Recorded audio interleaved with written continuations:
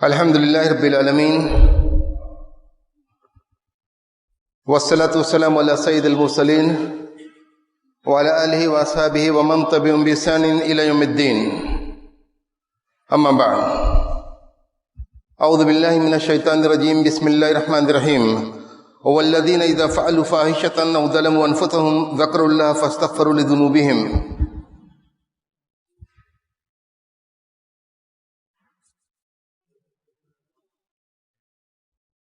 قرآن کریم میں سورہ آل عمران کی یہ ایک آیت کریمہ کا حصہ ہے، اور اس میں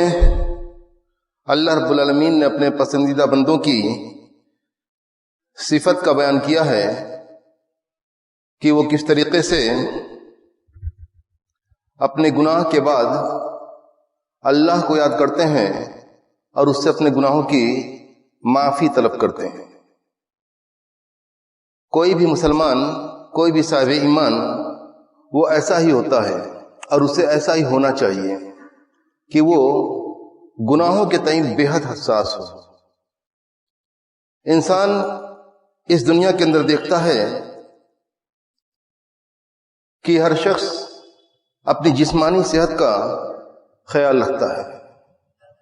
موسم جب بدلتا ہے تو انسان اسی بدلے ہوئے موسم کے لحاظ سے اپنے کپڑوں کا انتخاب کرتا ہے کہ اسے کیا پہننا ہے اور کتنا پہننا ہے. پھر موسم بدلتا ہے تو پھر وہ اس میں تبدیلی کرتا ہے، اس لیے کہ اسے یہ فکر لاحق ہوتی ہے کہ کہیں ایسا نہ ہو کہ اس نے اگر احتیاط نہیں برتا تو وہ بیمار پڑ جائے، اس کی صحت کو کوئی عارضہ لاحق ہو جائے. اسے یہ فکر ہوتی ہے اور اسی فکر سے وہ یہ عمل کرتا ہے کہ کپڑوں کا، مناسب کپڑوں کا اختیار کرتا ہے. وہ اسی طرح ہم دیکھتے ہیں شہر کی آب و ہوا جب آلودہ ہوتی ہے تو بہت سارے لوگوں کو دیکھتے ہیں کہ اپنے چہرے پر نقاب یا ماسک لگا کے چلتے ہیں، اس لیے کہ وہ احتیاط برتتے ہیں کہیں ایسا نہ ہو کہ یہ آب و ہوا کی آلودگی ان کی صحت کو یا ان کے جسم کے کسی آرگن کو متاثر نہ کرے. اور یہ بھی دیکھنے کو ملتا ہے کہ جس شہر کے اندر وبائیں عام ہو جاتی ہیں تو وہاں ہر شخص یہ کوشش کرتا ہے کہ اس کی فیملی کی، اس کے اقربا کی صحت متاثر نہ ہو، وہ اس وبا کے شکار نہ ہو، وہ بچے رہ جائیں. اس کے لیے جس قدر ممکن اقدامات ہوتے ہیں وہ سب کرتے ہیں، سارا احتیاط وہ برتتے ہیں. اور ملک کی جانب سے، حکومت کی جانب سے بھی، اور جو صحت سے متعلق جو تنظیمیں ہوتی ہیں، جو ادارے ہوتے ہیں، ان سب کی جانب سے تدابیر بتائی جاتی ہیں کہ کیا کیا انسانوں کو کرنا ہے اور کس طرح سے احتیاط کو برتنا ہے. یہ معاملہ دراصل انسانی جسم کا ہوتا ہے کہ انسانی جسم کو کوئی عارضہ لاحق نہ ہو جائے، اس کی صحت کو کوئی مشکل نہ آ جائے، وہ بچا رہے، محفوظ رہ سکے. انسانی جسم کے ساتھ ساتھ انسان صرف جسم کا نام نہیں ہے. انسان کے ساتھ اگر صاحب ایمان ہے تو اس کا ایمان بھی اس کے ساتھ ہے، اور دوسری مانوی چیزیں اس کا اخلاق و کردار ہے، اس کا اعمال ہے. یہ سب کے سب انسان سے جڑی ہوئی چیزیں ہیں جو انسان کی جسمانی صحت سے کہیں زیادہ اہمیت کی حامل ہے. اس لیے کہ انسان کا جسم جو اس دنیا کے اندر صحت یا بیماری سے متاثر ہوتا ہے تو وہ اس دنیا کا معاملہ ہے. انسان اگر بہت زیادہ ہوگا تو بیمار پڑے گا اور اسی بیماری میں اس کا ہو سکتا ہے خاتمہ ہو جائے، زیادہ سے زیادہ یہی ہو سکتا ہے. لیکن اگر انسان کی صحت، جو اس کی اخلاقی صحت ہے یا اس کا ایمان ہے، اگر وہ داغدار ہے، وہ متاثر ہے، وہ اگر بیمار ہے، تو ایسے میں انسان کا جو خسارہ ہے وہ بہت بڑا خسارہ ہے اور بہت دور تک رہنے والا ہے. انسان کا اگر ایمان اگر متاثر ہو گیا، عقیدہ اس کا ٹھیک درست اور نہیں ہے، یا یہ کہ اس کے اخلاق کے اندر کمی ہے، یا یہ کہ اللہ رب العالمین نے جو چیزیں ہم پر فرض کی ہیں عبادت کی شکل میں، اس کے اندر ہم کوتاہ ہیں، تو ایسی صورت میں یہ معاملہ بہت ہی افسوسناک ہے. اس لیے کہ یہ صحت جو ہوتی ہے، یہ انسان کے مانوی جو صحت ہوتی ہے انسان کی، وہ بہت زیادہ اہمیت کے حامل ہے. اس لیے کہ اس کا معاملہ جو ہے وہ اخروی زندگی تک ہے. انسان بیمار ہوتا ہے، اسے شفا مل جاتی ہے، وہ ڈاکٹر کے پاس جاتا ہے، علاج کرتا ہے. ضرورت پڑتی ہے تو وہ اس کی تشخیص کے لیے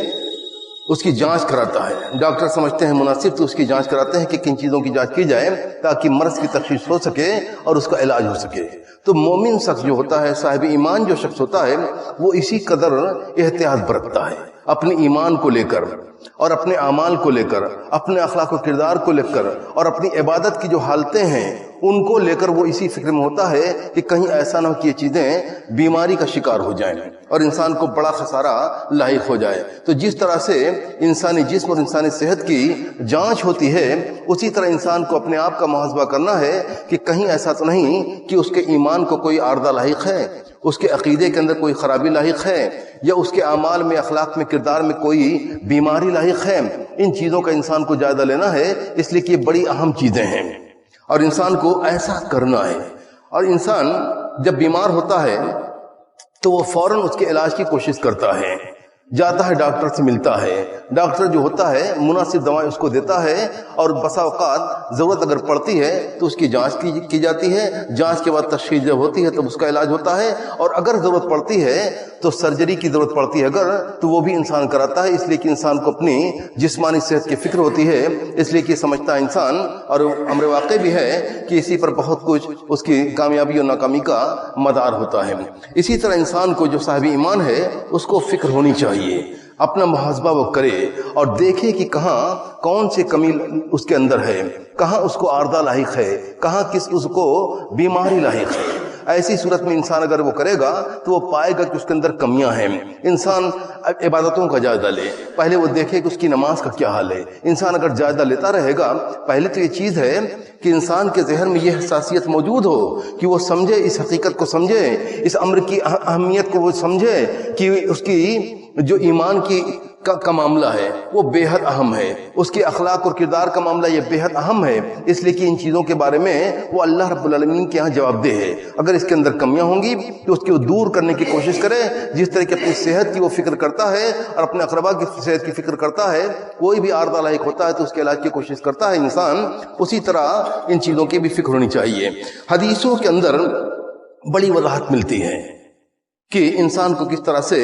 پوری طرح سے تیار رہنا چاہیے اللہ رب العالمین کے روبرو کھڑے ہونے کے لیے۔ انسان اس دنیا میں آیا ہے، اس دنیا میں اس کی وقت مقرر ہے، اسے اس دنیا سے جانا ہے۔ یہ دنیا فانی ہے، یہاں کی ہر چیز فانی ہے، اور ہر شخص کو اسے الوداع کہہ کر اللہ رب العالمین کا جانا ہے۔ وقت مقرر پر اس کا یہ وقت آئے گا تو وہ اللہ رب العالمین کے روبرو ہوگا، جہاں اس کے سارے اعمال زندگی کے اندر جو کچھ اس نے کیا ہے اس کا حساب و کتاب ہوگا۔ یہ انسان جانتا ہے۔ انسان اگر اس تصور کو اپنے ذہن کے اندر رکھے کہ ہمیں اللہ رب العالمین کے حضور پیش ہونا ہے، تو یہ تصور اس کے لیے بہت بڑی چیز ہے کہ انسان اپنی اصلاح کر لے۔ کوئی شخص یہ ہرگز نہیں چاہے گا کہ اللہ رب العالمین رب کریم کا ہمارے اوپر اتنا زیادہ کرم ہے، سب کچھ اس نے مہیا کیا، تو کہیں ایسا نہ ہو کہ ہم اس کے پاس جائیں تو گناہوں کا بوجھ ہمارے پاس ہو اور ہم کو شرمندگی اٹھانی پڑے۔ یہ احساس اور یہ تصور اگر انسان کے ذہن میں ہوگا تو وہ گناہ کرتے وقت اپنے اس وقت کو بھی یاد کرے گا جب اسے اللہ رب العالمین کے روبرو کھڑے ہو کر اپنے اعمال کا حساب و کتاب دینا ہے۔ حدیثوں کے اندر گناہ کے تعلق سے بہت واضح تفصیلات ملتی ہیں۔ ایک بڑی مشہور حدیث ہے جو بارہ آپ لوگوں نے سنا ہے اور بار بار سنتے ہیں، اس کے اندر نبی کریم صلی اللہ علیہ وسلم نے واضح کیا کہ ان العبد اذا اخطا خطیئۃ انقطت فی قلبی نقطۃ سوداء، بندہ جب کوئی گناہ کرتا ہے، کوئی بھی شخص جب گناہ کرتا ہے تو اس کے دل کے اندر ایک سیاہ نقطہ پڑ جاتا ہے۔ فَإِذَا هُوَ نَدَأَ وَاسْتَغْفَرَ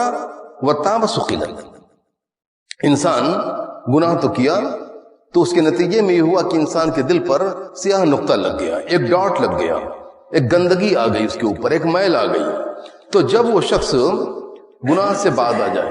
نکل جائے، استغفار کرے، توبہ کرے، اللہ رب العالمین سے اپنے گناہ کی معافی مانگ لے، سخلت، تو اس کو وہ پھر سے بالکل چمکدار اور صاف ستھرا ہو جاتا ہے اس کا دل۔ یعنی پہلے جیسے تابناک تھا، گناہ کی وجہ سے اس کے اندر جو آلودگی آئی، جو میل آئی، جو زنگ لگا، وہ سب بالکل صاف ہو جاتا ہے، بالکل سیقل ہو جاتا ہے وہ۔ فَإِنْ عَادَ زِيدَ فِيهَا، لیکن اگر انسان نے دوبارہ گناہ کیا،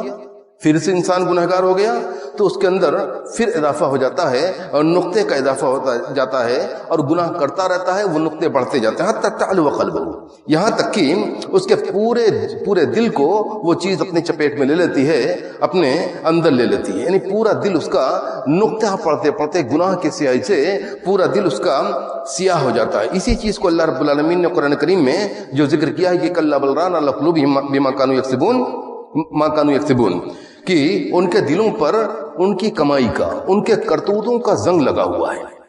تو یہ معاملہ ہوتا ہے کہ انسان کو یہ فکر ہونی چاہیے، جس طرح سے وہ وائرس کی اور جراثیم کی فکر کرتا ہے کہ ہمیں لاحق نہ ہو، اسی طرح انسان کو یہ فکر کرنی چاہیے کہ اس کا دل صاف ستھرا رہے، چمکتا ہوا اور تابناک رہے۔ ایسا نہ ہو کہ گناہوں کی میل سے وہ آلودہ ہو جائے، وہ خراب ہو جائے، فاسد ہو جائے، اس کے اوپر زنگ لگ جائے، ایسا نہ ہو۔ اور اسی حدیث کے اندر نبی کریم صلی اللہ علیہ وسلم نے یہ بھی وعدے کر دیا کہ اس کو سیقل کرنے کی، انسان اس دنیا کے اندر ہے اور اللہ رب العالمین نے انسان کا یہ خاصہ رکھا ہے کہ اس سے گناہ ہوتا رہے گا، وہ گناہ کے اندر ملوث ہوتا رہے گا۔ انسان اس دنیا کے اندر ہے، اللہ رب العالمین نے اس کو زبان دی ہے جو چلتی ہے، دوسروں سے وہ ملتا ہے، معاشرے کے اندر اپنے کاموں کو جاری رکھتا ہے، رشتوں کو نبھاتا ہے۔ کبھی کسی سے کوئی انبن ہو گئی، کچھ برا منہ سے نکل گیا، کسی کے بارے میں اس نے سخصوص کہہ دیا، یا دو شخص سے آپس میں باتیں ہو رہی ہیں، کسی تیسرے شخص کا ذکر آ گیا ایسی چیزوں سے جو اسے ناپسند ہے، یعنی غیبت کی باتیں، یہ سب ہوتا رہتا ہے۔ کبھی انسان نے کوئی جھوٹ بول دیا، زبان پہ آ گیا، تو یہ ساری چیزیں ہوتی رہتی ہیں۔ انسان کاروبار میں جاتا ہے، وہاں بھی بہت کچھ انسان سے ہوتا ہے جو گناہ کے قبیل کی باتیں ہوتی ہیں۔ رشتوں کے تعلق سے بھی اسی طرح کا ہوتا ہے۔ انسان کی نگاہیں ہیں، انسان اس روئے زمین پر ادھر ادھر آتا جاتا ہے، تقریبات کے اندر شرکت کرتا ہے، سڑکوں سے اور گلیوں سے گزرتا ہے، ہر جگہ آلودگی بھری پڑی ہے، گندگی ہر جگہ ہے۔ سڑکوں کا اور گلیوں کا جو حال ہے وہ کسی سے مخفی نہیں ہے، کس طرح کی بے حیائی موجود ہے وہ ہر شخص جانتا ہے، ہر شخص اسے دیکھتا ہے۔ تو گناہ کا یہ سلسلہ ایک جاری ہے۔ ضرورت اس بات کی ہے کہ ہم اپنے دلوں کو صحقل کرتے رہیں، مانجتے رہیں۔ اور گناہ کا معاملہ ایسا ہے کہ اللہ رب العالمین نے انسان کا جو دل بنایا ہے یہ ایک بہت بڑا سینسر کا کام کرتا ہے۔ جب بھی انسان سے گناہ ہوتا ہے تب وہ بیپ کرتا ہے، انسان کو متنبہ اور آگاہ کرتا ہے کہ دیکھو تم سے یہ گناہ ہو رہا ہے۔ اس کی بھی وضاحت نبی کریم صلی اللہ علیہ وسلم نے حدیث کے اندر کر دی، وَالْإِثْمُ مَا حَاكَ فِي صَدْرِكَ وَكَرِهْتَ أَن يَطَّلِعَ عَلَيْهِ النَّاسُ۔ گناہ وہ ہے جو تمہارے سینے میں، تمہارے دل کے اندر کھٹک پیدا کرے۔ انسان گناہ یوں ہی نہیں کرتا، گناہ کرتا ہے تو دل اس کا متنبہ کرتا ہے، اسے آگاہ کرتا ہے کہ تم یہ گناہ کر رہے ہو۔ ایسا نہیں ہوتا کہ انسان ایسے ہی کر لے اور دل کے اندر کوئی کھٹک نہ ہو، اور انسان چاہتا ہے کہ کوئی نہ جانے، کوئی نہ دیکھے، اس کی بابت کوئی چرچا نہ ہو، ہمارا یہ گناہ چھپا رہ جائے۔ انسان یہی چاہتا ہے کہ وہ گناہ چھپا رہ جائے، کوئی نہ جانے، اور وہ چاہے گا کہ اس کے اس گناہ کی کسی کو کانو کان کوئی خبر نہ ہو۔ لیکن دل انسان کا ایسا ہے کہ اسے خبر ہوتی ہے، وہ جانتا ہے، وہ انسان کو متاثر کرتا ہے۔ لیکن اس حدیث کے اندر یہ بھی ہم غور کریں کہ یہ مومن کی حالت ہوتی ہے کہ اس کا دل کھٹک پیدا کرتا ہے۔ لیکن اسلامی معاشرے کے اندر ہم میں سے بہت سارے احباب ایسے ہوتے ہیں، بلکہ کوئی بھی ہو سکتا ہے، ہم میں سے کوئی بھی ایسا ہو سکتا ہے کہ وہ گناہ کرے اور دل کے اندر کھٹک نہ ہو، یا یہ کہ وہ نڈر ہو جائے، اتنا ڈھیٹ ہو جائے کہ اسے یہ ڈر نہ رہے کہ معاشرے کے اندر کوئی جان جائے تو اس کا کوئی برا ہونے والا ہے۔ ایسے لوگ موجود ہیں، ہم میں سے کوئی بھی ایسا ہو سکتا ہے جس کا دل کھٹک نہ پیدا کرے۔ اس لیے کہ معاملہ یہ ہوتا ہے کہ سیاہی پڑھتے پڑھتے وہ دل اتنا بے حس ہو چکا ہے کہ وہ بیپ کرنا بند کر دیتا ہے، وہ جو ہے کھٹک پیدا کرنا بند کر دیتا ہے، اور انسان کے دل سے یہ خوف نکل جاتا ہے کوئی جانے تو جانے، کوئی کیا کر لے گا میرا، وہ بلکہ یہاں تک ہوتا ہے معاملہ کہ برائی کو لوگ اچھائی سمجھ بیٹھتے ہیں، اسی کو سمجھتے ہیں کہ یہی اچھائی ہے اور اسی کو سب کو مان لینا چاہیے۔ علامہ ابن قیم نے الوابل الصیب میں لکھا ہے کہ انسان کا دل جب زنگالود ہوتا ہے تو اس کے اندر چیزوں کی، حقائق کی صحیح تصویر نہیں آتی ہے۔ تو معاملہ یہ ہوتا ہے کہ وہ جس نگاہ سے دیکھتا ہے وہ غلط کو صحیح سمجھ بیٹھتا ہے اور صحیح کو غلط دیکھتا ہے، یعنی اس کی جو بصیرت تھی اس کی وہ ختم ہو جاتی ہے، اس لیے کہ اس کا دل پوری طرح سے زنگالود ہو چکا ہے، پوری طرح سے سیاہ ہو چکا ہے۔ اب وہ حرکت نہیں کرتا، وہ اس کو متنبہ اور آگاہ نہیں کرتا۔ ایسی صورت میں